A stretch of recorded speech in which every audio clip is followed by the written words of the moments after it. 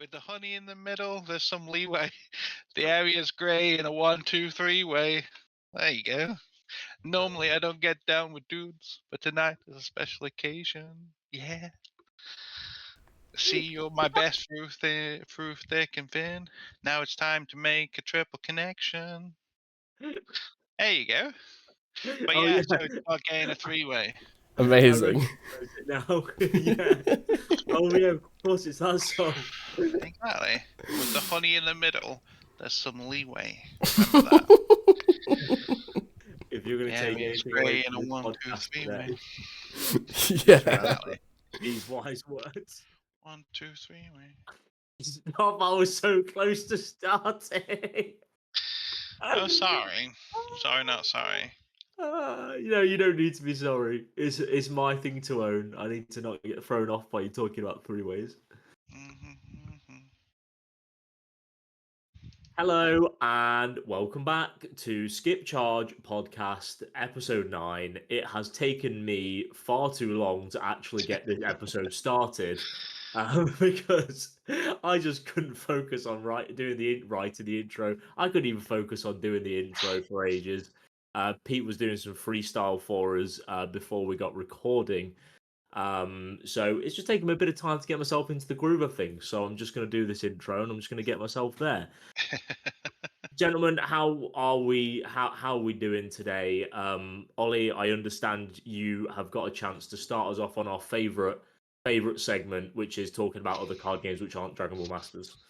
Yeah, so I've just come home from my third pre-release of the weekend for Star Wars Unlimited. I played one Friday, one Saturday, and it is currently Sunday.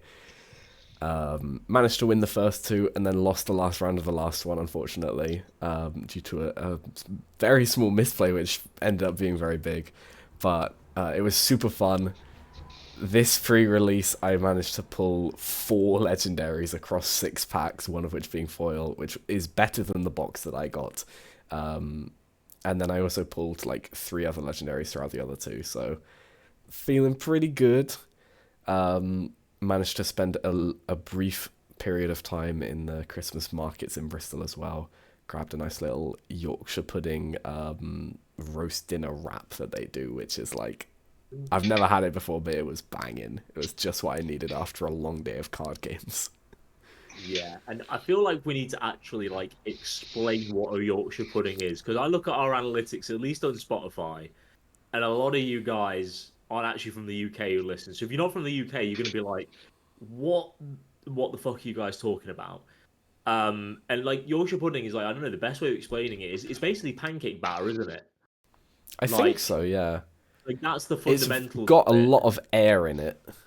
Yeah, like a And they're amazing. They are really airy, crazy. savory pancake, basically. Yeah. And you normally have these as these little puddings sat with your roast dinner with meat, veg, and gravy. It's the kind of thing that when you get a roast dinner at school, like school dinners, they'd have a limit on how many Yorkshire puddings you can take each. Yeah, and when you go Like, for they a used to roast have that dinner at at my a pub, school all the time. you go to the pub and they're like, oh yeah, they come out and they just give you 2 of them, and you're like, this is the best part. I want 4 or 5 of them. When you take the get box 2, back it's where it like, it's came from, Christmas, I swear. And this is where you get this whole big savory pancake, and you put all that meat and veg and gravy and all this stuff into the wrap, and just get it as a little kind of takeaway meal in a wrap, and it is absolutely incredible. Yeah, the wrap is made out of the Yorkshire pudding, so it's all like crispy and melting in your mouth as you eat it, bro. It was good. Mate. So we're really glad we finally managed to get Ollie on board with the Yorkshire pudding revolution, the Yorkshire pudding wrap revolution. I'm sure you've had Yorkshire puddings before. Yeah, of course. And then also in this rather impromptu Yorkshire pudding segment, Pete's also been enjoying some Yorkshire puddings this evening as well. Yeah, in the form of Toad in the Hole. And Toad in the Hole is another American. We got another clarification, yeah. We have to do another clarification point here, where Toad in the Hole is also the same Yorkshire pudding concept, but you pop a sausage in it basically and bake the whole thing with a sausage in each one of these individual puddings. they're just delicious. Yeah. It's really tasty. Didn't Like, you said Mine you was said you one had a big look one. before at what they were called in America, and they were eggs in baskets or something. yeah, and this is the thing is like, so apparently in America, according to Google, please correct us in the comments if we're drastically wrong with this one, but apparently toad in the hole is a thing in America, but it's like putting an egg in the middle of like a slice of fried bread or something. Like that's or like like a bit of toast in a pan That's so with different, though.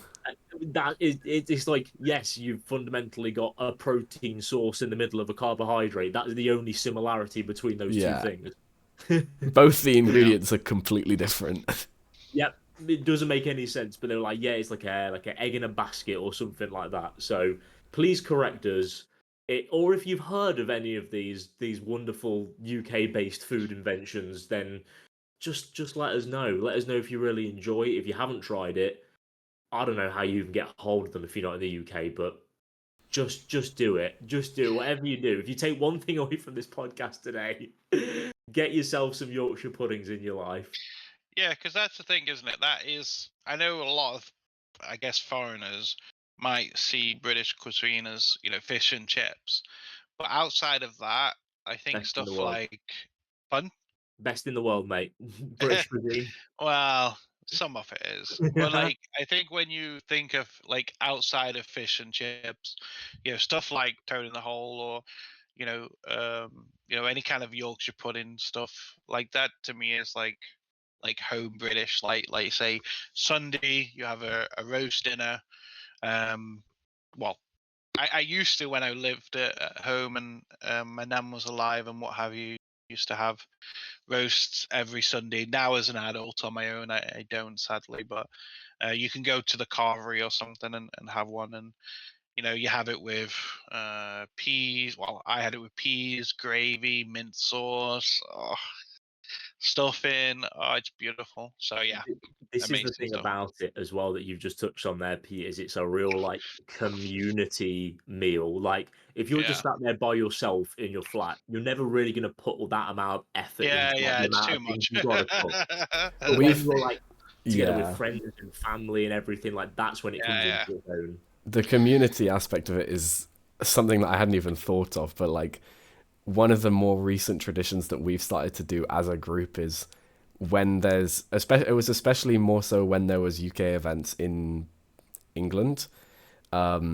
A lot of us would be because there's so many people from like so many different card game groups that we'd know, that we'd want to go for dinner with like 10, 15, 20 people, and the best place for that was always Toby's Carvery, and we'd just be yeah, grabbing a yeah. roast dinner, big group of us, Exactly. and yeah, it was always a great It's on time. a Sunday as And it well, was isn't always it? on a So Sunday. Yeah, yeah, exactly. Yeah. It was perfect timing. because I'm not gonna lie, for obviously anyone listening, and maybe you guys will have a different opinion, but like something like a roast dinner, if you like, or I feel like it is just a weekend thing that should be had. I think it's definitely for me personally, it's definitely a Sunday thing. You wouldn't see me, even though I enjoy it, I wouldn't go specifically and have it on a Wednesday or a Tuesday or a It's got that Thursday. like warm, fuzzy feeling that Yeah, Christmas yeah. brings. It's You it's a can't have that it's a after Sunday work. meal. Like that doesn't Yeah, make yeah, yeah. sense. It's a Sunday meal. I wouldn't really necessarily say Saturday. For me personally, it's a Sunday. Um, but yeah, and it just happens to be like you say when we finish. Normally, it's day two. So obviously that's on a Sunday for a lot of events, and yeah, we tend to then go there, and then either people go back to the hotel if they're staying for another day, or people go home. But yeah, because I think the last one was a UK expo, Yeah, I think or so. yeah, because there was about I think again there was about 10 of us at least there. I think there Yeah, was quite yeah, a and few. we've done it. We did it. Yeah, we did it before Yeah, this because it year was for me, UK you, Expo for Geo, like when we went for Star Wars and Fusion World Andre, events. Yeah, Brad. there was a big group of us. Yeah.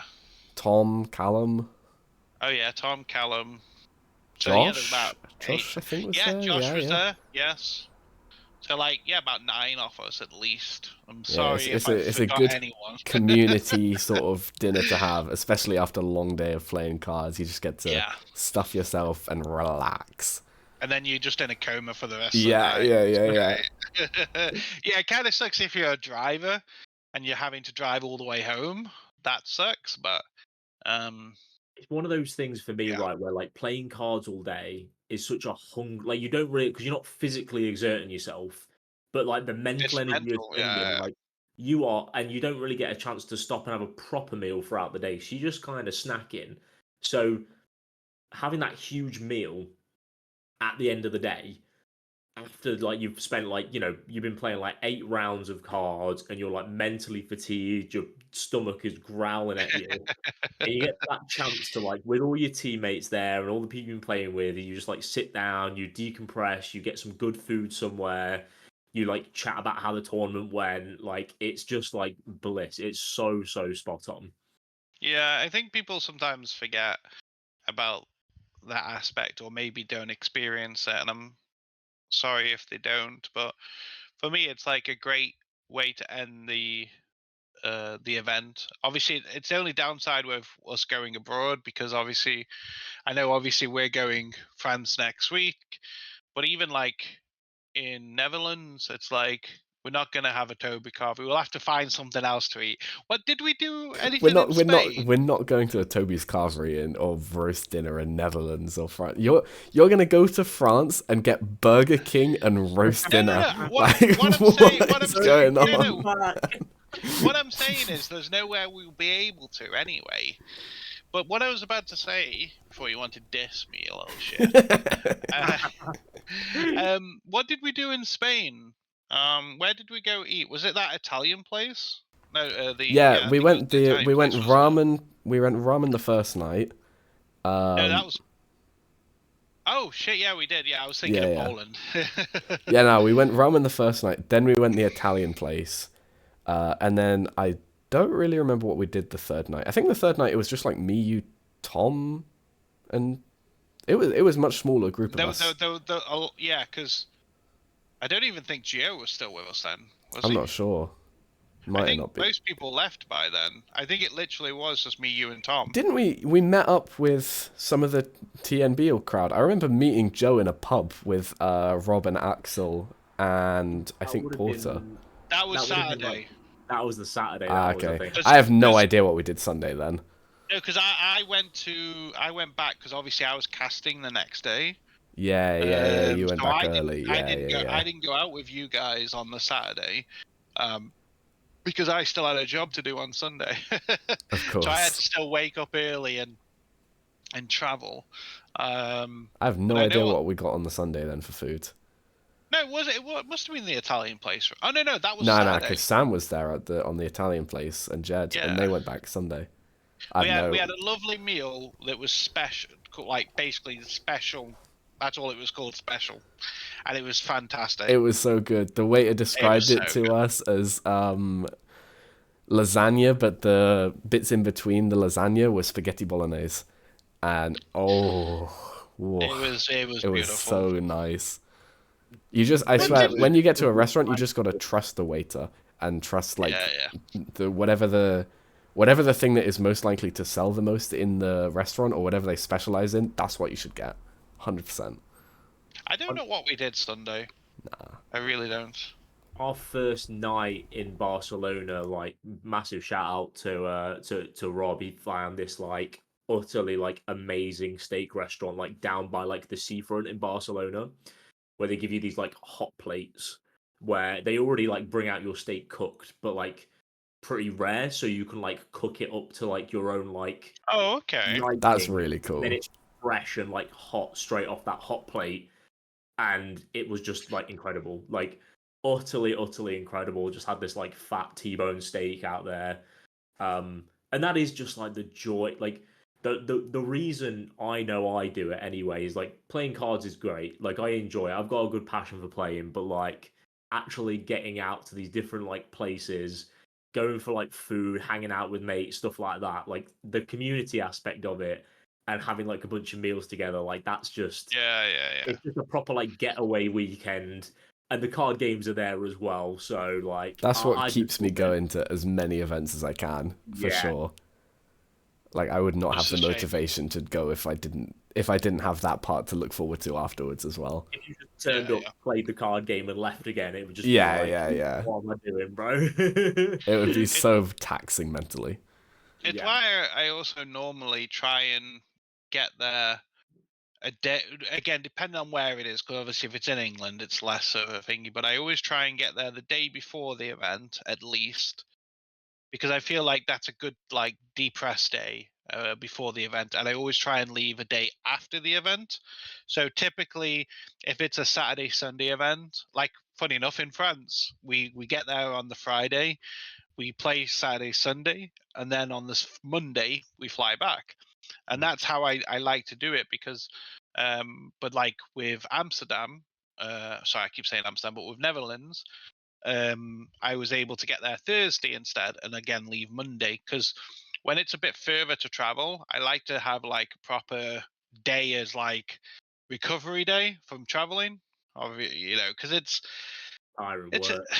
it is, it's quite stressful, and it's like, and it's the thing, especially when you're in a country, a foreign country to yourself, it's a lot of like mental. Okay, this is where I need to go.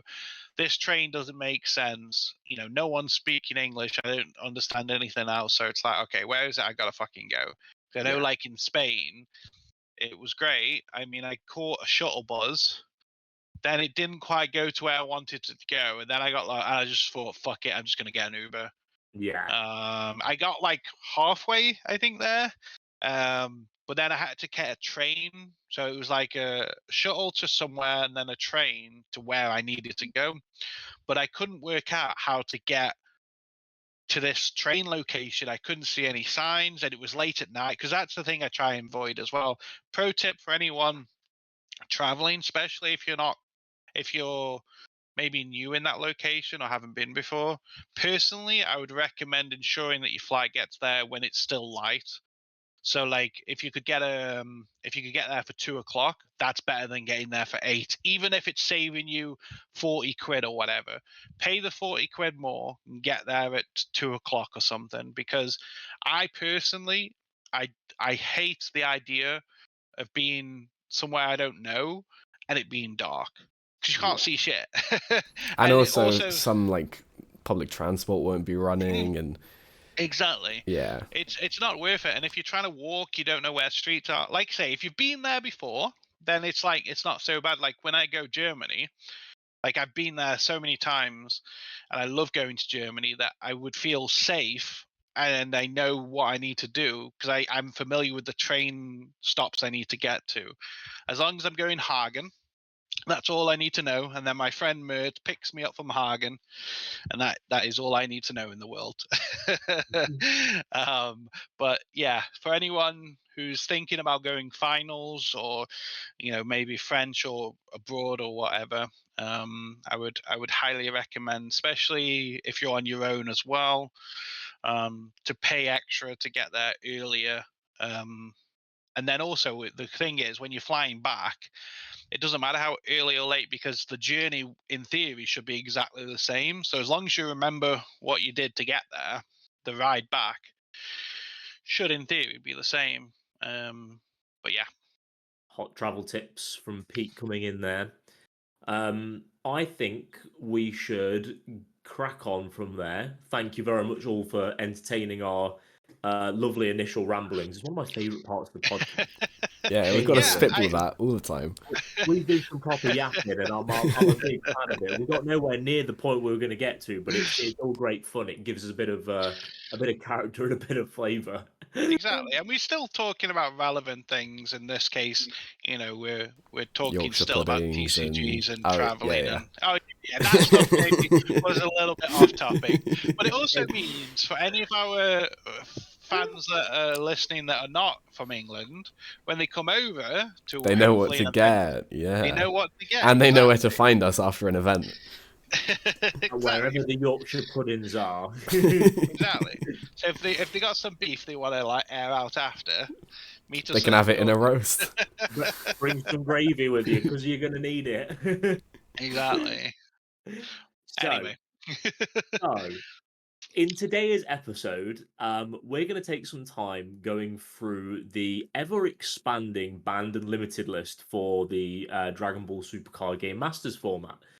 Now, Bandai love getting things on the ban list and trying to help balance out the game, but I'd say they don't necessarily go back and take a look at this list. There's only ever been one card ever which has been removed from the banned list when it's Technically gone on 2, I there. suppose. Technically 2. Secret ID, and what's the other one? The 2-drop Gohan, is it? The Goten, yeah. The swap one. Scrambling assaults on Ooh, Goten. did they take that off? Okay. Yeah, Yeah, with an no, it wasn't with an errata. No, it came off and it didn't do anything. Yeah. Yeah, makes sense. So we're actually going to take a look, and we're going to go through the list, and we're going to give you our thoughts on whether this card should stay banned, whether it should be it should come off the list, or whether it should be potentially given an errata to come off the list. I just Pete. thought technically there was 3 cards. Oh man! I don't want to show you. misinformation. I'm showing you up a little bit. Sorry, because I just know some fucker's going to be in the comments and go, you fucking wrong. So I remembered while we're here, right? You know I love you guys, fucking chat. But yeah, Thingy also technically went on the ban list because of Meki. Oh, the Unite and extra Assemble. card. Yeah. And then technically It came off the ban another list Meki. after, yeah. That one was so funny. So I mean, no one will remember that one because there was no reason for that fucker to ever be banned. Yeah. Secret ID was only banned because of Token Tower, and then Token Tower did absolutely nothing. Wildest change. And then Scramble was banned in an era where it needed to be because of Storm, and then it came back when it could do nothing ever again. So sorry, not to yeah. No, you've made me look stupid now in front of all of our adoring fans, Pete. I can't believe it. I said that there was only one. I was making such a valid point, and now I look ridiculous. So yeah, we're gonna go through. We're gonna go through and kind of give you our 2 cents on the ban list, and see what should come off, what should stay there, what we could maybe see getting errated and coming back with a bit of hindsight. So without further ado, we're going to start right at the bottom. We're going to almost go through the limited first, and then we're also going to do a bit of a chronological ordering for the banned cards. So we're going to see some really ancient cards on here. So for all of you who are listening, we're going to be telling you what the cards are. But for you guys who are watching on YouTube, we've rather handily given you the official Dragon Ball website. We'll try and stave off Pete from saying that this is technically not the official source of. This technically doesn't have every single banned and limited card on there. We're not going to spend all day scrolling through Facebook for you. We will fill in those gaps as we go. So the first card, and again, the limited cards are also in chronological order. So these all go from when they were first limited to the most latest ones that got limited. And our first one is a card from set 2. And this is actually kind of a fun one to start with because, I mean, I think every single ban list without fail, some dude is popping up being like, this card doesn't need to be at 1 anymore. It doesn't matter. Just get it off the list. It is Growing Evil Lifeform Cell, which is still a hard 3-cost Union Absorb for Android 17 into a 5-drop cell. Guys, can this come off the ban list? Yes. Yeah. I would like to see what it does because even as a one-off, it never gets played. And yes, it might get to the stage where people are forced to play counterplays, but most people do anyway. This would never survive. Imagine paying 3 for this, and then for it to be counterplayed and sent to the drop or something. Like, it's crazy. I would like to see what it could do, and then if it is broken, then get rid of it. But I think personally, I see no issue with this card at all. But it is broken in the era it was broken. You're more likely to see someone playing Perfect Force Cell for 7 energy than you are like to see someone like jamming all the 17 and 18s in their deck. Ollie, how do you feel about this one? Are we saying that we should just? I've I've always felt a bit conflicted about this one personally, because I can kind of see both sides to it. But I think that Peter's definitely raised a good point of like seeing a card come off the ban list and kind of seeing what it does when people aren't really necessarily sure about it, is an approach that other card games will sometimes do, and Bandai does not do. Like they'll only ever take off a card if they know for sure that it's going to be unplayable or like not busted. Yeah. Which is why we've only ever seen a total of 3, not 1, cards come off the ban list. But I think it would be a good approach to do. Like I've played Yu-Gi-Oh in the past, and they do that stuff all the time, where they take a card off for like 2 or 3 months, and it's just everywhere in every deck, and it's completely busted. But they give it a go, and it's really fun. And then it goes back on the ban list, the next ban list afterwards. I think it would be interesting to see with a card like this where there's an argument for both sides, really, just to see kind of what happens. Because you can always go back. You can always emergency ban it. Bandai aren't opposed to doing that either. I mean, this was done in 2019. Don't forget that's February. That's 5 years ago. Yeah, That's mad. Technically, it's coming up to 6 years. Yeah. Like, I mean, sure, like, fair enough back then, yeah, but now, nah. The best deck for this would be Expert Deck Cell as well. And 100%, Expert Cell's yeah. got so much more energy efficient stuff it can do rather than paying 3 and getting this thing counterplayed. Is like it just feels like a lot of bait, and just because they naturally play the 17s and 18s to go up the chain, but you've also got to remember that those 5 and 7 drop cells are also huge flipping bricks now as well. So like that 5 cost cell does nothing. Like it blows up a guy, right? And are they both 1 cost 10Ks as well? Yeah, that's what I mean. They're 1 plus 10k combos as well. Like you're absolutely right. Like they're big bricky cards to sit in. Like you tap 3 and you've got that like 5 drop locked in your hand. Like what are you doing with it? Does the 5 drop have barrier? No.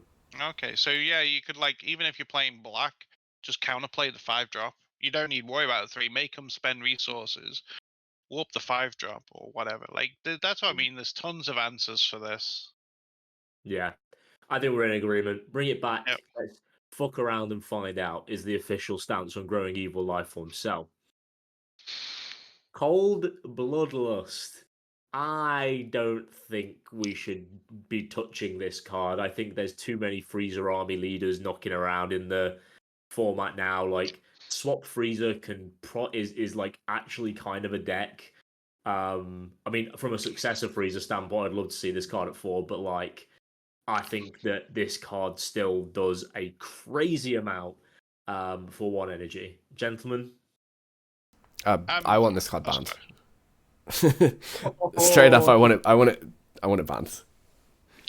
It doesn't need to be on the limited list. It should be banned. I mean, generally, I think that's kind of my stance for a lot of the limited list. Is most of the cards I feel like should be banned or unbanned entirely. So we'll see how that continues. So, myself personally, I'm happy it's limited to 1. I don't think it should be banned, mostly because I think it's a nice card for Freezer army people. Fair enough, pretty much that's only Broly and Freezer. There's probably a few niches, but I think Chilai is maybe also Freezer's army, but generally speaking, your 2 main sort of candidates is Freezer and Broly. So yeah, I like the fact it's a one-off. Personally, I don't think it should be unlimited. I don't think it's ban worthy because it's only a blanking ability. Or I say only a blanking ability, but it's a very It strong only blanking blanks ability. every card in the game, SCRs included. It's not that bad, I guess. Just get deflated. It doesn't even bottom deck, and that card's legal. Yeah. So I'm happy with it at 1. I wouldn't unlimit this, and I wouldn't ban it. Yeah. Okay. Just because we've got like 60 plus cards to get through, I think we'll keep it pretty short and snappy there in terms of like what we're thinking about these cards as well. Because I think those 2 are pretty heavy ones, but we're gonna have a few which we're just gonna glaze past and go it's staying banned, whatever. Trunks Elite Descendant. Now, this card got itself limited for being a bit of a nuisance with the Vegex stuff. Vegex, And yeah. Vegex kind of got hurt with a lot of other hits to it as well. Trunks Elite Descendant, do we need to keep this card on the ban list? On the limited list? Is it still a problem? This was a way to cheat out the 3-drop Vegeta that cheated out the Black Saiyan, right? Like, it cheated out basically a set of 2 other battle cards that then, burnt your opponent. It was like the Mill 5 This one card as is well. weird. Yeah, it milled 5 as well, yeah. Like, on one hand, again, you're playing 1 energy to use your Overwhelm for the turn. You do pull out the guy for free, which costs 3 in rest mode. But, like, is that enough nowadays? Is that powerful? That's kind of what I'm thinking. I don't know. I can't remember what the Black Saiyan does, because I know it burns each of you, but I know it burns one of you 2 and one of you 1, but I can't remember which way around it is. It burns, I think, you 1. No. It burns you 2, and then your opponent 1, if my memory's correct. Let me double check. Obviously, that's good for an aggro deck. And I wonder if there could be some dumb shit that goes on with this if it comes out. It was I'm gonna advocate for this card to come back and just see what happens, because why not? It's a card that I don't know about, so we're gonna get me to know, I guess. I'll get stomped by it, and then we'll see if they emergency ban it again. Someone's gonna know the source as well. Like, the thing is, we'll say a lot of like these things could come back, and there'll be the one like dedicated Vegex dude in the comments being like, "Yeah, no, bro. If you give me this back to 4, I'm gonna stomp you on turn 0." I think this is way more likely to do some bullshit than the Cell could. Yeah. Like, this feels like it could be really dumb. It's too generic, isn't it? Like, yeah. And it's possible that it's got more targets nowadays. Well, that's what I was going to say, actually. So looking at it, it doesn't... I'm not going to count the Prismatic 3-drop because I don't think that's relevant. The target, I believe, is still the original one. And the ability of that is, like, say, if you're Black Saiyan, you mill 5, and then it's got to activate main, pay 1, you place this in the owner's drop, and then you play a black battle card with 19k power from your drop and play it, which then became the Black Saiyan that burned. Personally, this could be really dumb in Vegito. Sorry to cut you off there. I just thought that Vegito is another Black Saiyan deck that is really good. I definitely would like to see what would happen if it was unlimited. I think it's definitely one they would have to like look at closely, because there's no new like say the only one is that multicolored blue black one, which is basically pretty irrelevant like as a target to bring out. The crit one is overwhelm anyway, no one cares. So I think personally the targets are the same as they were bloody, when was this banned? 2020, well, limited 2021. So bloody hell, another like 3-4 year card. So I don't think it would really matter. However, I would like to see it come off, see what happens, and then emergency ban it if we need to. Yeah, it's another one where it's like they're super scared about doing something to it, but I feel like it's a let's fuck around and find out. Well, yeah, I'd be down to see it. Yeah. Because nowadays, if you're playing... Because this is the thing as well, we have to remember the different eras. This combo would cost you 2 energy. For 2 energy in black now, I can get a double strike barrier dude in Vegito, and then I can play an Overwhelm and then pay another one for the 30k crit guy on top. Like, I can do a lot more than what this little 15k can do. So I think, and all of this can be interrupted with counterplays. It all gets fucked over by a simple floodgate or even a bean, because I think the cards it brings out are like maximum 20k. Yeah. Z Awaken, and what are they doing? I don't think it would be good, but it'd be interesting to see. Cool. Trunks officially fuck around and find out list. Yep. Hope of Universe 7 is still limited.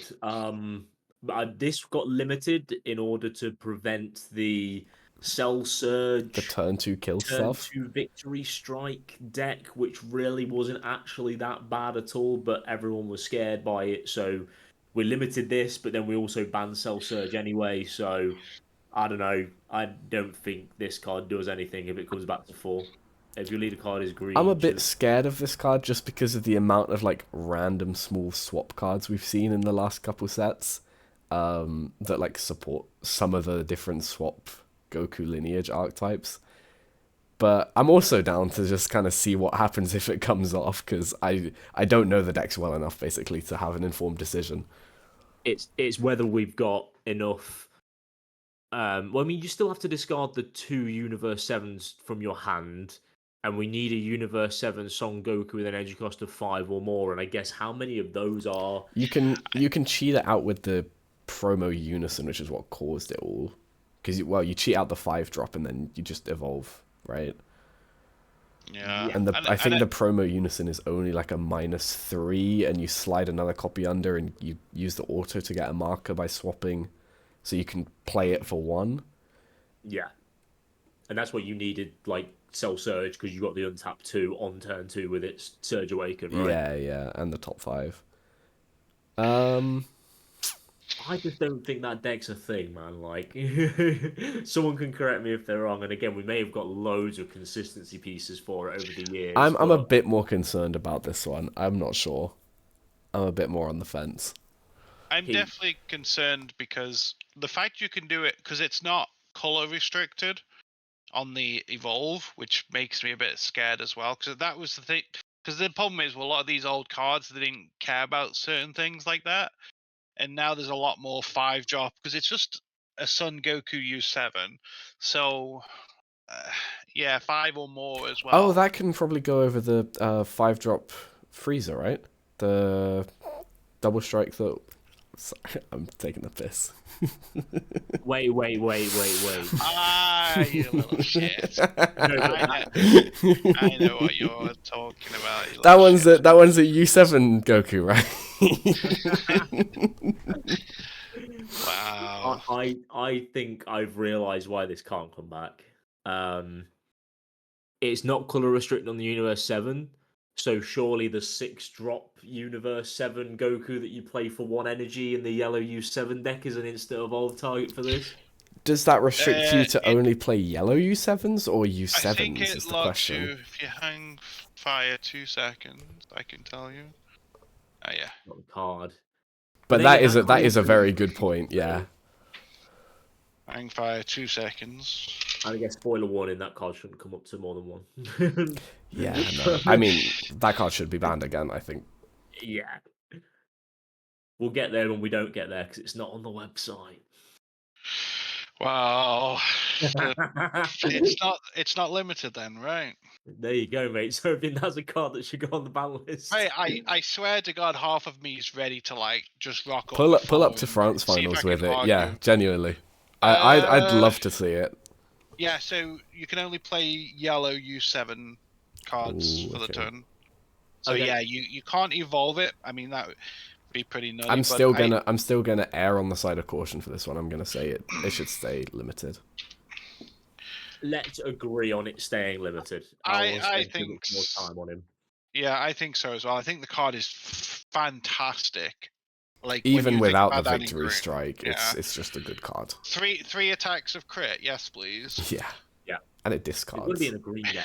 Yeah. I think the fact it doesn't care what color you're evolving over and things like that. I think the card is too good to. I think it could easily get broken at some point. So I think if anything, you could probably argue maybe go in the other direction and just ban it, just so we don't have to deal with it. But for now, it's fine. Yeah, there'll be a Universe 7 Goku hilariously somewhere that when you give them 4 copies, this card becomes nuts. So Yeah. let's err on the side of caution.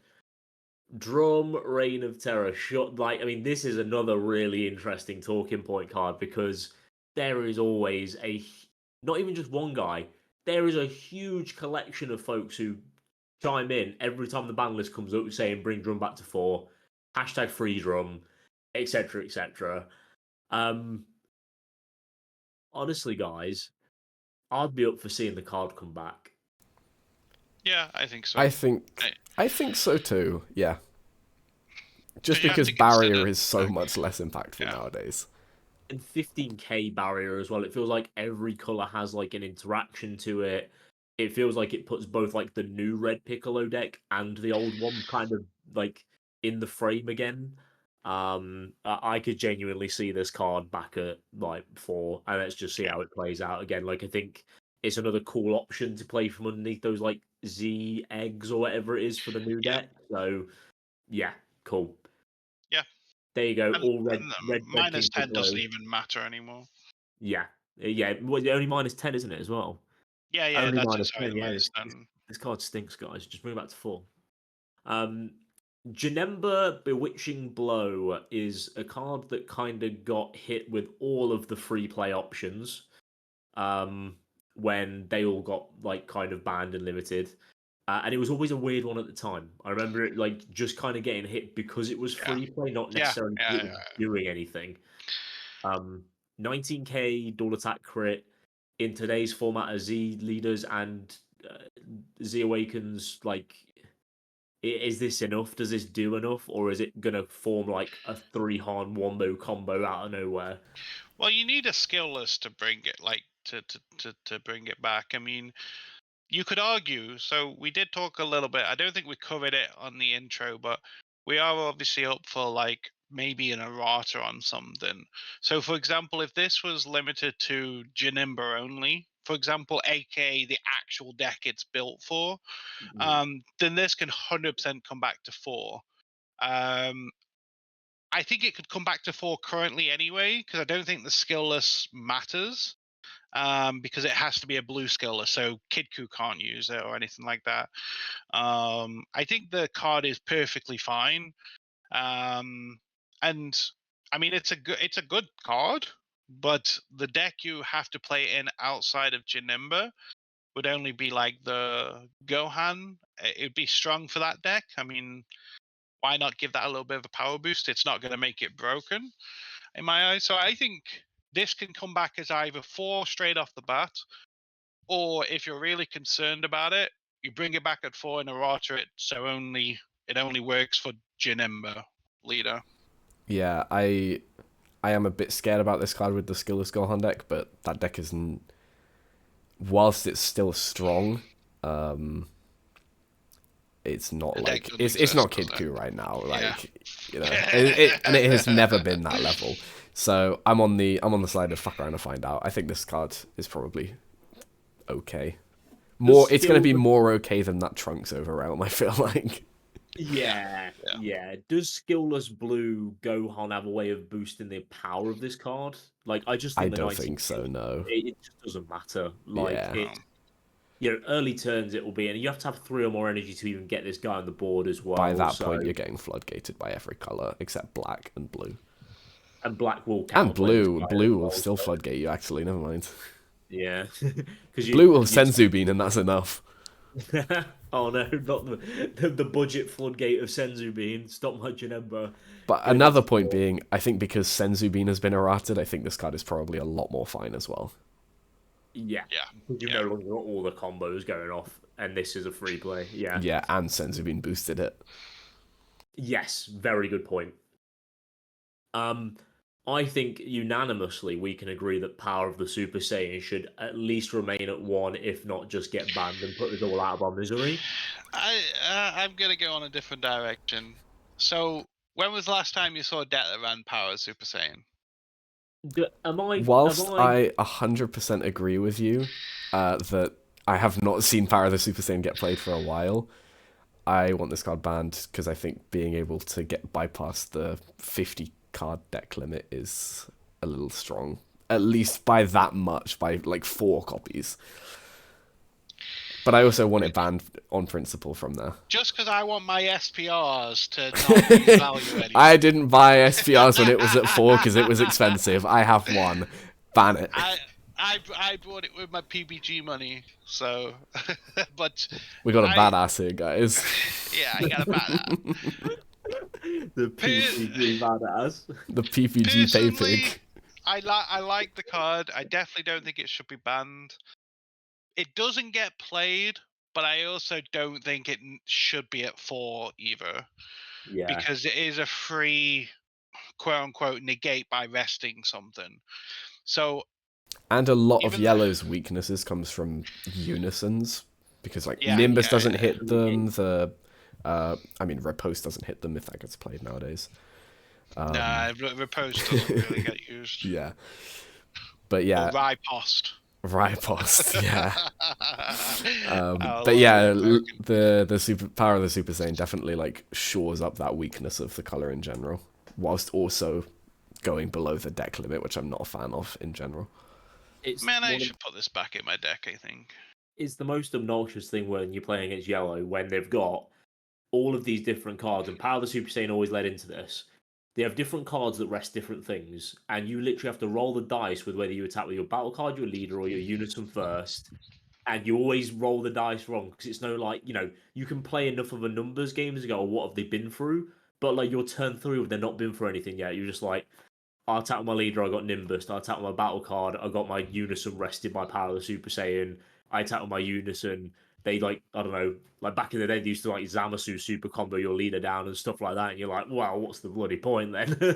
But it was always that like, and it still is to an extent. They still have a lot of tools that do that. And this card probably doesn't see as much play because it's a one of, but if it was a four of, it would 100% see play. So, um, and I still see people play this as well. Like it is that like if you want to cut a card from your deck, you cut this because it's a one of. But if you've got room, there's no reason not to play it because it will just cheese someone out of the game by resting one of their guys when they're not expecting it because no one plays it. Yeah. um, I could see it staying at one. I could also see it getting banned, but absolutely nothing other than that. SS3 Gogeta thwarting the Dark Empire. This was part of all the Gogeta bans and limits with the Gogeta Yeah. Xeno deck. And this card terrorized the format for a long time at 4 copies. And I'd argue the card for 1 energy, especially in with a lot more Goku and Vegeta Xenos that we now have, would still be pretty problematic over 1 copy. I actually don't think this card is too busted. Like I almost thought about opting to try and bring it back to 4 here as a black player as well. I think the main issue with this card is like the potential to play it on turn 1, especially in obviously Gogeta Xeno. I think if there was an errata where you or your opponent has to have like 2 or 3 energy to play it, I'm gonna opt to bring it back to 4. I quite like that actually. Yeah, I think that A lot of definitely. black cards, like black power cards, are of the condition of like your opponent has to have 3 or more energy anyways, like Feigned Greeting and Heated Fighting Spirit and Evil Saiyan and stuff like that. So it would fit with that sort of lump of good cards that black plays. Yeah, and it's unique, so you can't sit there and jam a bunch of them. And to be fair, I guess its effect does kind of fit in with around about what cards at that energy cost on turn 3 upwards would do anyway. Um, so I could be on board for that. You've convinced me. I could be on board for that. Pete? Personally, the card is fine in my eyes. I wouldn't want to see it banned, and I wouldn't want to see it changed from limit 1. I wouldn't errata it. I'm because I see some lists not even run it, because maybe because it's only 25k, or maybe it is because it's only limited to 1, but you tend to be able to pick it back up if you need to. I think at 25k the card is fine. If it was 35, maybe there's a bit more of a problem. And it costs you 1 energy, so it's not free, but you can use obviously your warp cards, which is why it's also very good. I think this is perfectly fine. Um, once upon a time it wasn't, but I think it's fine, and I'm happy to leave it at 1. This card used to be like rage inducing when Yeah. you get it like turn 1 or turn 2. Like someone would play it on you turn 1, then someone would play it on you like you remove it turn 1 somehow, then turn 2 they'd play it again, and if you didn't remove it, it was swinging at you any like. I gross do still card. wonder if this card might be okay in turn 1, because it's only really Gogeta Xeno that can pull that off. I don't know. Yeah. I don't. I don't think anyone else I can pull it off. wonder if this card can come back. I'm almost saying like fuck around and find out for it. Vegex could do it if they get If the they get the right good build. mills, yeah, that's true. Yeah. I don't know. I'd Like kind of be Energy happy to see Errata. anything about this card except for ban. Yeah. Yeah, it doesn't If deserve a it ban. won, it could go up more. Yeah, it's a card we can probably have a bit of a mess around with for sure. Either an errata or chuck it up to 4 and see what happens. um, Piccolo Junior, Descendant of the King, is another card that kind of got hit with the flow of King Piccolo bans and erratas, and this was probably a time where this card was being jammed in every single red deck Yeah. as the go-to. Oh my god, a unison that draws a card that's crazy, it's broken, get it in there. Like, what are we I thinking? I never want to see this card ever again. I know Oh, I that's. think this I card comes know. back to 4. No. Fuck off. there we go. Now we got a debate. There's two trains of thoughts here. Obviously, anyone that's played the game, especially when we relied on Battlegate floodgates, will know the pain of this card as a control player. So there's two things: either ban it because I mean it doesn't really get seen play, right? So let's not be around the bush. It's not like this card is broken. However, in certain metas, and especially when you can have four of them, it's so crazy because again, like you would do riposte and then all of a sudden, okay, kill it, not once per turn. So I either there's two options: you either bring it back at 4 and you put the once per turn that should have been on there since day dot, Mhm. or you ban it and you don't need to worry about this card being toxic at times. That's kind of my When are two you cents. playing Battle Card Floodgates nowadays? Really though. No. But the meta could change into that, right? Because Yes, the that's thing true. is, But like, say, I think we're past the point of Battle Card Floodgates that are like 15k power or less. Because I uh, no, I don't think. The reason I'm going to say I don't think we are is because you need to make the battle card floodgates stronger than to play the over like extra card dormant, ones. yeah. I can see So that. the only way to do that is two options. You either increase the power, but then the ability might not be as good, or you make it a 5k, but an actual floodgate. But then Um, surely at that point you'd only be playing like one of those per turn anyways. And at that point they kill a 5k Possibly, but yeah. or they kill a 15k, But you sure. can kill anything though. You don't have to kill the card incoming. Yeah, but So, again, uh, 15k is so power uh, creeped right now. It yeah. doesn't matter. Maybe you're right. Surely they Maybe just you're right. minus that regardless. Yeah, maybe I've With just the got drum that PTSD, comes off mate. the ban list as well. Mate, that's all it probably is, mate. I probably got PTSD with this thing when I was playing Freezer, and this was killing my ripostes every fucking turn. So yeah, you're probably right. It's probably me just not thinking about this card, and my hate towards it is like come back to my front of my brain. But yeah, I think this you're card is probably right. absolutely fine to come back. You probably are right, to be fair. Yeah, I can see it coming back as well. Um, like again, there's so many like baby unison just feels like a de facto better red unison that you play in your main deck. Yeah. Does the same thing, but like kind of with more like utility anyway. Just wait until we get to piano and I get that off the ban list as well, and we've got a full red KP deck running around. um, but yeah, I think this card is fine, and again, it's another power boost to the old Red King Piccolo stuff because they've got that like Z Unison that pulls this out of the deck. So could give another deck a bit of a chance there. Mm, yeah, I think you're probably right. I think I'm just too locked in my ways on this one. It's understandable. Like there's always those cards that you like play against endlessly in a format. You like you guys are both like thwarting should just go back to 4 and it's chill. Like I remember getting brutalized playing against Vegeta Zeno week in week out. So I was like, no, don't do it. But then I think about it and I'm like, it's actually kind of fine. It actually fits with what we have in the format nowadays. So it's what's quite interesting about doing this. Yamcha Merciless Barrage. I feel like this can either be a 1 or a ban. Like, I know it's not I'm like happy keeping this at massively 1, yeah.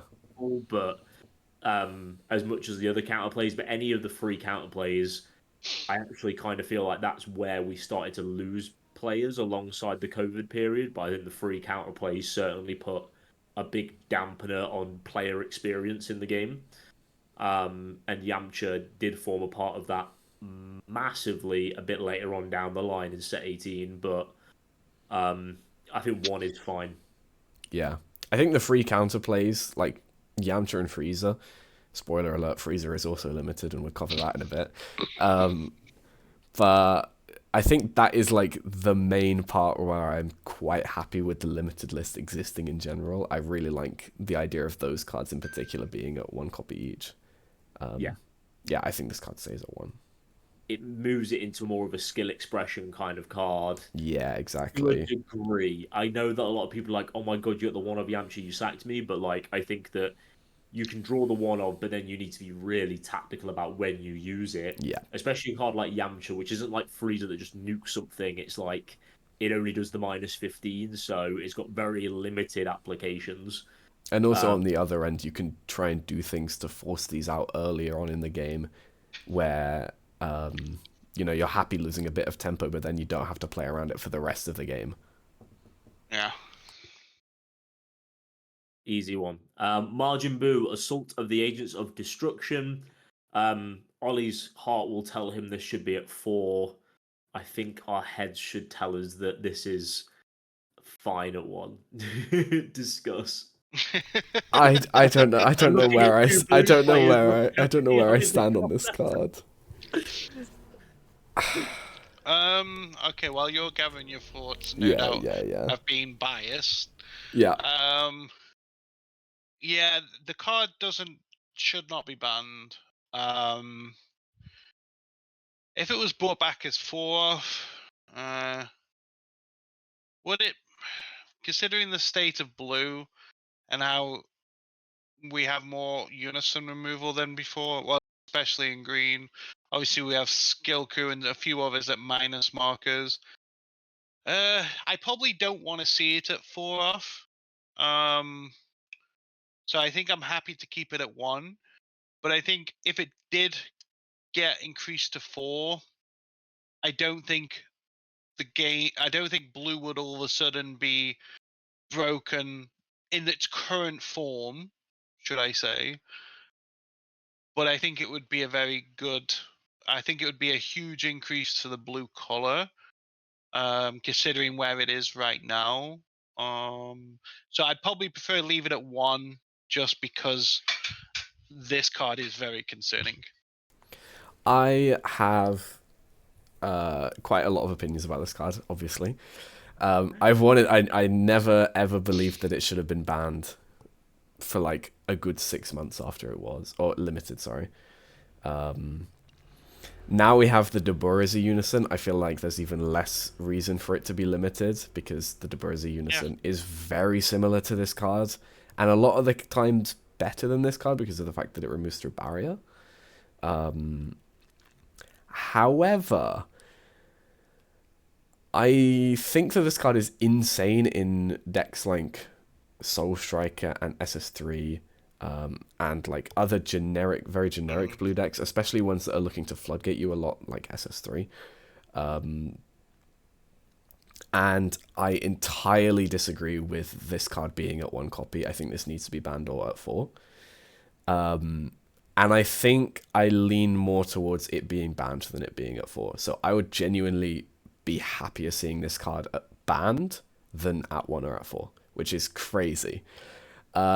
If we ever saw this card go to 4, or if it just stays at 1, I'm going to also propose an errata that you get the untap if your leader has Agent of Destruction in the card text as well, because I don't know why that was never a thing. Yeah, they really wanted it to be like a very generic blue tool, but it's an AOD card, though. Yeah. It's an AOD card. But yeah, I actually want this card banned, which is... I never thought I'd say these words. I'd happily see it go to 0. Games where some of the blue decks see this card on curve on that turn 4, again, it's not like a wow, that was so skillful thing like the counterplays sometimes. It can Exactly, just yeah. be a very You like, just drew the card. unlucky bro, I drew it, and Yeah. now I'm going to steamroll you because I drew it. And traditionally in those decks, you don't tend to like side the unison hate, and it feels bad to side the unison hate for one card. So you're filling your deck up with a bunch of cards where you're trying to stop that one card. So if they don't see it, you're making your deck less consistent. But then if they do see it and then you haven't sided those cards in, like it creates this really like I'm telling you, horrible. drawing this card on curve in Blue Bojack is insane. Just because of the fact that you don't have to spend the Z energy for Dabura. That is the main issue with Dabura for me, is that you have to spend Z energy on it. This Yeah. card on curve in Blue Bojack is like, it changes the way you play the deck compared to if you don't see it entirely. I wish there was a way that this card could be restricted to not be played in the really boring toxic floodgate blue decks, Yeah. because then it would be able to come back at 4 and in Blue Bojack get- for the deck it was built for and in AOD. But I I guess think the way you. Sorry. I think because it's so generic, it should be banned, which I'm so sad to say. I guess the way you fix it is if your leader is a non-Saiyan, because all the toxic Yes! floodgate leaders are Saiyans. Yes. I like that. If your I like leader is non-Saiyan, bring it to 4, and also you get the untap if your leader is an AOD. There you go. We Sorted. propose 4 a copy of 4 with the errata or banned. Welcome to Blue Bojack Meta, everyone. Enjoy yourselves. I think this card will be quick. Ultimate Duo. Yeah, just get Ban it. ban this card. Yeah, Ban this card. ban it. It's sacktastic. Yeah. Another awakened target. Any more copies than one for all of you? Like the new Gohan Goku deck. Can also use it as a self awakener. Margin Vegeta could always use it as an awakener. Negating KOing for 1 energy with double strike and 20k like shuts down a lot of like this card is the reason SCRs don't see play. In some regards, it's a little bit crazy. I think we just ban it. I agree. I don't mind it at 1. It's a 1 or ban. Like you can never have 4 of this. See, I like one-offs, which is kind of weird to say. Like this is a one-off. To me, is fine. Like I like powerful cards when they're a one-off. Unless it's Salzino, then that can go to hell.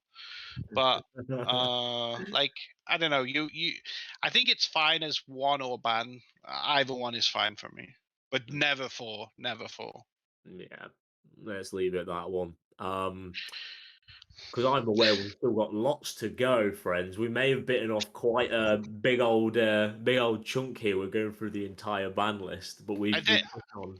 I was gonna say I think the next couple are quite easy because obviously a lot of the old cards there's a discussion to be had because they're old, so the power level is a lot different. Where I think like something like the Ultimate Duo is quite straightforward, and same with Frieza that we're going to talk about now. Joe's gonna Yeah. argue for it to be a 4.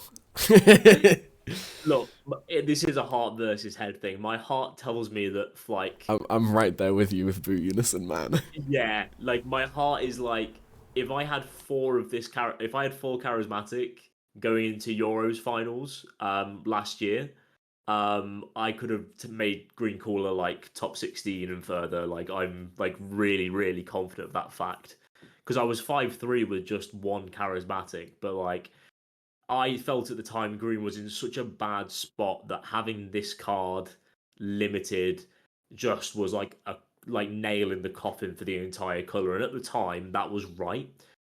But we look at the way the game is developed now, and in my head, it is very much that this card is too problematic to be at 4 at all. And again, this card feels a lot more like Saki than Yamcha. Like I think I still like having it at 1, but again, it's starting to creep into that realm of do I even play it? Do I see it at the same time as my Unison?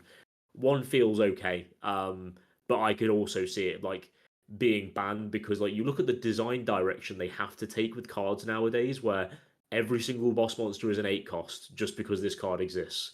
every single monster, a boss monster has to have a certain, like level attached to it because of one card. It's just weird game design stuff. So I could happily see it go, and then kind of the way they've been able to free up green as a color and still make it competitive, even with this card at 1. It's fine. It's fine. 1 or 0 for charismatic. It breaks my heart to say it, but that's the way it should be. Yeah, and one that isn't on here is the black one that should join it. Yes, True. please. Ban Kamehameha this card. over the Ban this victory. card. Don't care. Yeah. Let's just not even bother. Ban this card. It's the interaction with the burn on the 4-drop. We still see U7 in Yeah. tournaments now with all the bans and It limits just on didn't need burn. Nope, silly card. Well done to Bandai for limiting this straight off the bat. Yeah. They didn't fuck That about, was- and I was real happy with that. Really heads up play from them, because uninteractable burn constantly is just not. And that's all the limited cards, no other limited Yeah. cards. So if you guys are going to France finals, then just keep those ones in mind. Exactly, mate. Exactly. Moving on to the banned cards, and there's a lot of these as well. So stick with Are it. we going to talk about the 2 that are missing? Oh yeah, we do need to talk about the 2 that are missing. The website debated me. I legitimately just forgot to talk about them. Universe 7 There's the 6 drop, Goku. and what's the Six other? drop. What is the other one? I genuinely don't remember. It's the Trunks double striker. Both can stay at 1. The Trunks double striker. Yeah, So- you know the oh, one from the Gohan. Gohan deck? The red one? Rare. Combo. Yeah, You double played it strike. at finals last year. The Go Hanks. Oh yeah. Thank you, thank you. I needed the trauma to remind me. I To can't be believe I honest, played a red deck at finals. I will say, I think the Trunks one should be banned because it limited at 1 Yeah, means I agree. nothing for that deck, because the Trunks, the 8-drop Trunks can play it with its skills. Yeah, So Yeah. even though it's limited to 1, you can reuse it like 8, yeah. 4, potentially You 8 can different times reuse if you keep dropping it off, right? Yeah. So yeah, it's not really limited in that deck. So I think if they wanted to, what they should do, I think, is ban it and bring out a new card to replace it. I don't know what effect that would do, but just so you've got another 1-drop to put underneath the field card, and to put, obviously you can combo with Trunks. So what you've got plus, minus, and I forgot what the other one did. Oh, that was it. Gave barrier. Give barrier one and gave crit. crit. Yeah. So maybe even have it so it gives, like, I don't know, a bean. No, maybe not, but you know, It's so hard. so give Damn it. something else, even Give if it's them like recuperate 1 from the drop, or put. I was gonna 1 say, from the what drop about underneath one yours. that was just you combo with another Trunks from your drop area or something like that? Yeah. Anything like that, I would be up for, because I think they've lost the 1-drop, so you've got 2 choices. You flat out ban it. First of all, it should never be limited. There's pointless in that. And then if you feel like it doesn't have enough 1-drops, give it a 1-drop. Jobs are good. And Universe 7 Goku, I think we can Ban that as well. Yeah. Ban. That card's We're dumb. seeing that card in like generic yellow decks as like barrier removal. Yeah. Really untapability. Just get rid of that card. Yep. Then we can get say rid. goodbye to U7 forever. Bye bye. Thanks for playing. Sorry, Eric, mate. Evan Glover, like Goku's best friend. Yeah. Sorry, You're not playing U7 anymore, buddy. Sorry, mate. Like It would just not still find happening. a way. It would still find a way. It really That deck would. does not die somehow. So, I hate it. for those of eagle-eyed viewers, and not you guys listening, because you're not going to be able to see us, you may have noticed we've changed clothes and we look a little bit different. I certainly look a lot less hairy than I did when you were listening to us talk about all those lovely limited cards and what our opinions were. That's because we probably spent about 4 hours or so actually filming all of the limited and all of the banned cards in one go, and realize you guys probably don't want to sit through 4 hours of this, because it's probably going to be a bit draining. So what we're going to do is we're going to split it down the middle. So this episode, as you will have seen from the title and as you've been listening, is going to be all about the limited cards. Next week, we are going to be releasing an episode. Even though Pete and Ollie are both over in France competing, it will come out while they're away. So you're still going to get your fix of Skip Charge podcast, even while they're away. There won't be a Dragon Ball's Den segment on that second episode. We are going to be opening it up to public submissions. So after you've listened to this episode today, please do put all of your comments, and we'll give you a reminder at the end anyway. But put all your recommendation in the comments, and then whatever Facebook post we put out for this episode in the discussion groups, leave all of your comments with your ideas, and give us a little bit of an idea about how your card supports the archetype you're going for. We can, by all means, work out what kind of angle you're going for, but with a little bit of a preamble in there, it's going to really help us pick your design. Because if we understand how it operates within the deck and it's something that really talks to us, then yeah, we're more likely going to pick it. So make sure you include that when we get to it. But on the subject of Dragon Ball's Den, before we open it up to the public forum for next week, Oliver is going to be stepping in to Dragon Ball's Den to try and sell us on his fabulous idea. Ollie, what are you going to be bringing to us today before we start the timer?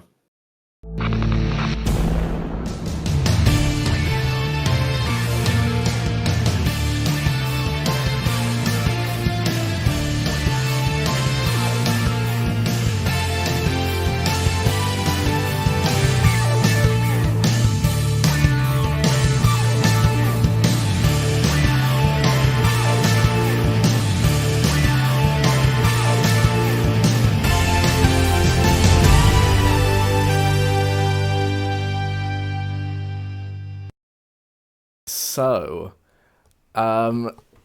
obviously I was meant to do mine last week, and I ended up being a little bit busy, but I've managed to land on one this week that I'm actually pretty excited to present. And this one is going to be a set 4 Demigra Z Leader. Ooh, I like the sound of that. As a professional Dragon Ball boomer, set 4 cards, set 4 support, right up my avenue. I've also gone for a very similar approach of the, I guess, new form of Dragon Ball's Den, where we're just making things very strong for old decks, or for bad decks. So we're gonna see. Maybe this is a little bit. Bad deck, bro. Maybe it's a little bit overtuned. We'll see, but that is all part of the fun. That's part of the Exactly. fun. Like, you're more likely to get an investment from me if it's dumb shit broken than if it's like, oh well, it's got an extra 5k on the Z leader and has the same effect. Boring. Get it out of here. Are you ready? yes, sir. Okay, your 2 minutes to sell your set 4 Demigra Z leader starts now. All right, so we got a Demigra Z Leader. It's 0 energy, 2 Z energy, 20k. And the Z Awaken condition is if you've got 20 more or more cards in your warp, then you can Z Awaken. It's also 20k crit to add to the hand control aspect of like the actual archetype, because there's a lot of Demigras that are like warp 1 from hand or warp 2 from hand. And it's also got Wormhole, of course, because it's Demigra. It's got 2 skills. The first one being an activate main once per turn for 1 black energy. Play a 7 cost or less Demigra from your warp. So this obviously can hit the big 7 cost that then plays a 4 cost any black card from your warp, but restricts you to only black cards. You can also use this in conjunction with the anniversary box card, which is limit 1, that lets you play it. So you can, in theory, now play 2 copies per turn, 1 for 2 and 1 for 1. And it also gives you access to a bunch of shit Demigras, like a 5-cross triple striker, and like some of the random ones that cost 4 and make your opponent warp 1. That suddenly you can now play for 1 from your warp instead, which is really cool. So it actually allows some of the archetype cards to be played within the deck, and the deck isn't necessarily shit. 30 seconds. The second skill, because it's an aggro deck, I wanted to make the opponent get punished for using counter skills. And there was a couple of ways I thought about doing this, but I just wanted to lean more into the archetype of Demigret and the hand control aspect. So I just went with an auto once per turn. If your opponent activates a counter skill, and that's counter play or counter attack, they warp one card from their hand. So really leaning into the hand control, but also giving you more aggression with the once per turn activate main, but no draw power on the leader, because it's got to be fair, obviously. That is time. Thank you so much, Pete. How are we feeling? What's the name, Ollie? Did you have a name for the card as well? Oh god, I'm so bad at remembering to do the names. We will downvote you if it's literally printed on the card, Demigrazzi leader. that's what I've got written on my notepad, unfortunately. You got quite a few options because he's a sorcerer and he's like absorbs stuff and I don't know. Yeah. What about Heavenly Demigret, the opening the gates? Sounds like the start of that was the combo card that kills a 30k ignoring barrier. I think that's heavily. Mind, bro. So just remind me again, the activate main pay 1, is it 7 or less or just a 7 cost? 7 or less. See, that makes me really scared because there's an old 5 drop. Yeah, the triple striker, right? Yeah. I had a little scroll through Deck Planet as I made this, and I was like, oh, these cards suck. Let me make them playable. See, I don't mind the 7 only, because the 7 only, there's only like 1 in existence, and that stops the 5. To me, the 5 drop is scary. Like, I've got PTSD about that card so much. And for anyone that might have forgot what it does, it's a 30k triple, and then it's got an auto. When this card attacks, if your leader card is Demon God and you have 15 or more black cards in your warp, choose all of your opponent's battle cards, ignoring barrier, and combo with them. So you know what I mean. It is a good card. Obviously, the bright side is he doesn't see play because you can't cheat it out. However, for 1 energy, 30k triple. Black needs some barrier removal, and if they negate the attack, it doesn't really do anything. Well, you still wipe the board. Yeah, I do like the fact it doesn't draw, and I do like the counterplay, the sort of hand control side. I am very concerned about bringing that out. If it was 7 only, I think I'd be a lot happier because the 7 brings out the 4, which the 4 also does good hand control as well, if my memory is correct. I think if my memory is correct, because I swear it's this one here, isn't it? Yeah, when this card attacks, your opponent chooses 1 card in the hand and sends it to the warp. If that card is a battle card, you combo with it in your combo area. Yeah, that's the one I was thinking of. So, yeah. You got any, before I give my verdict, because I'm curious to also hear your opinion, Joe. Okay, my opinion is you're a generational hater, and this card is sick. Let's go. Let them have the 5 cost triple striker. I don't care, man. Just hold in the gate. Just be better, man. Like, okay. Because dragons like to interrupt sometimes. I tell you where I am. Right? Go on. My answer is no, but it is a yes if it was changed to 7 only, or 7 or higher. Ooh, secret rare. Yeah, 7 or higher. That's why I had to restrict. You let me bring out the secret rare. I would, yeah, because the thing is, the secret rare, right, is an amazing card. And you look at your opponent's hand and stuff like that, actually. But it's once it's gone, once it's gone, right?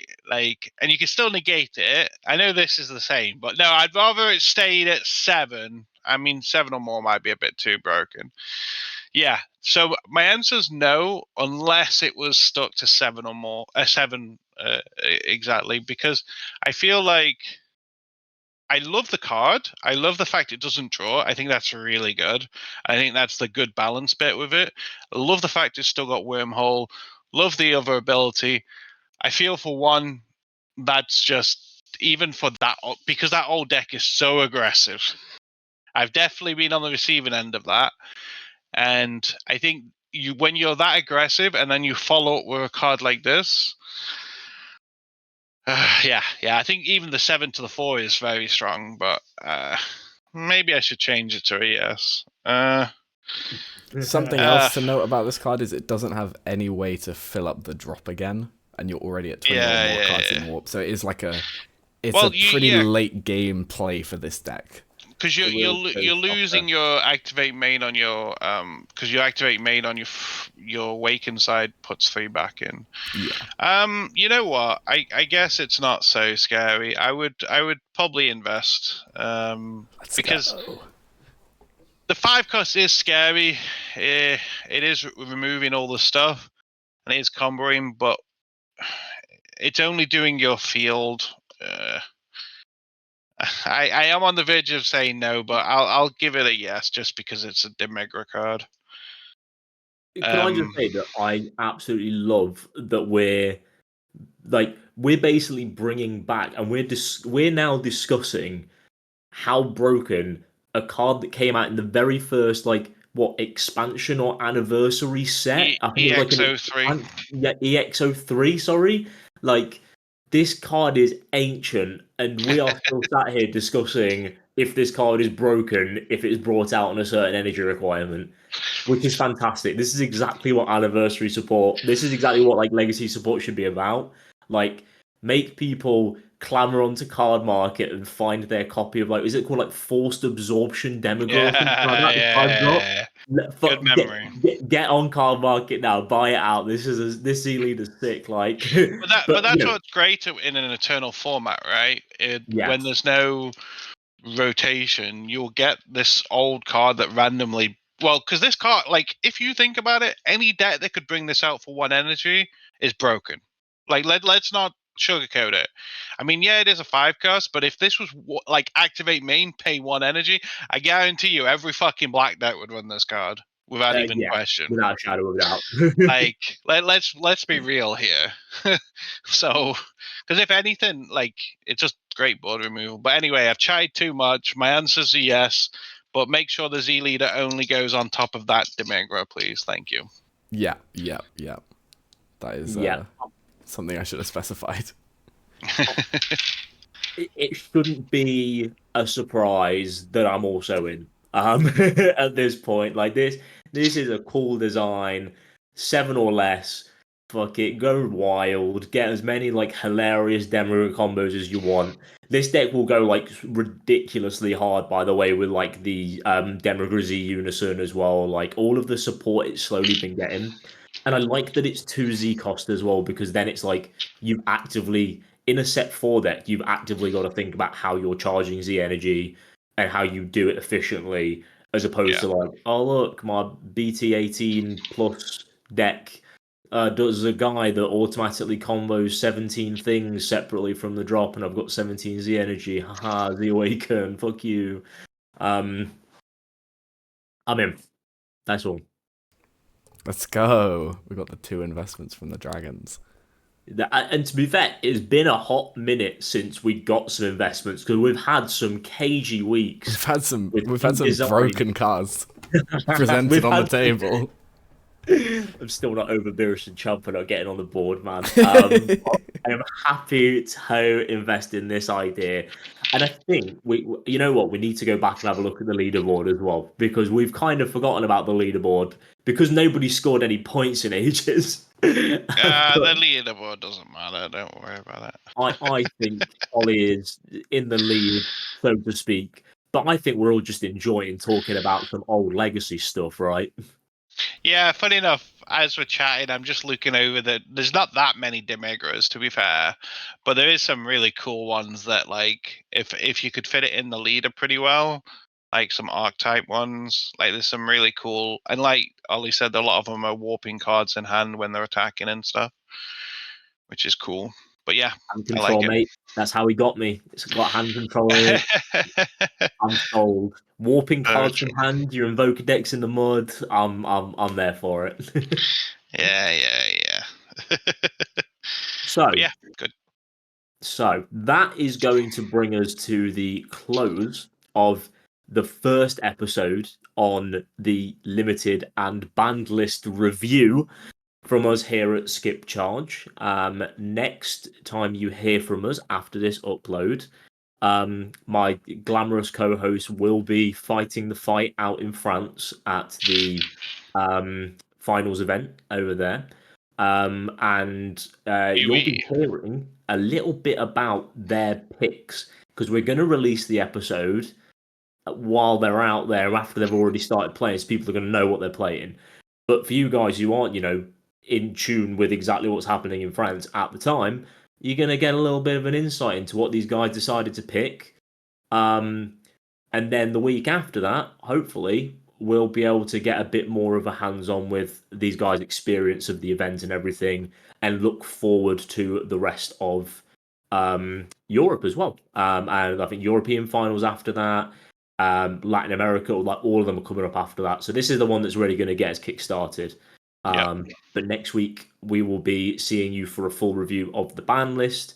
Again, there'll be a different intro and outro over there because we kind of overran with how much we were talking about it. But it is a very entertaining episode going through all these band cards as well. So we will leave you there.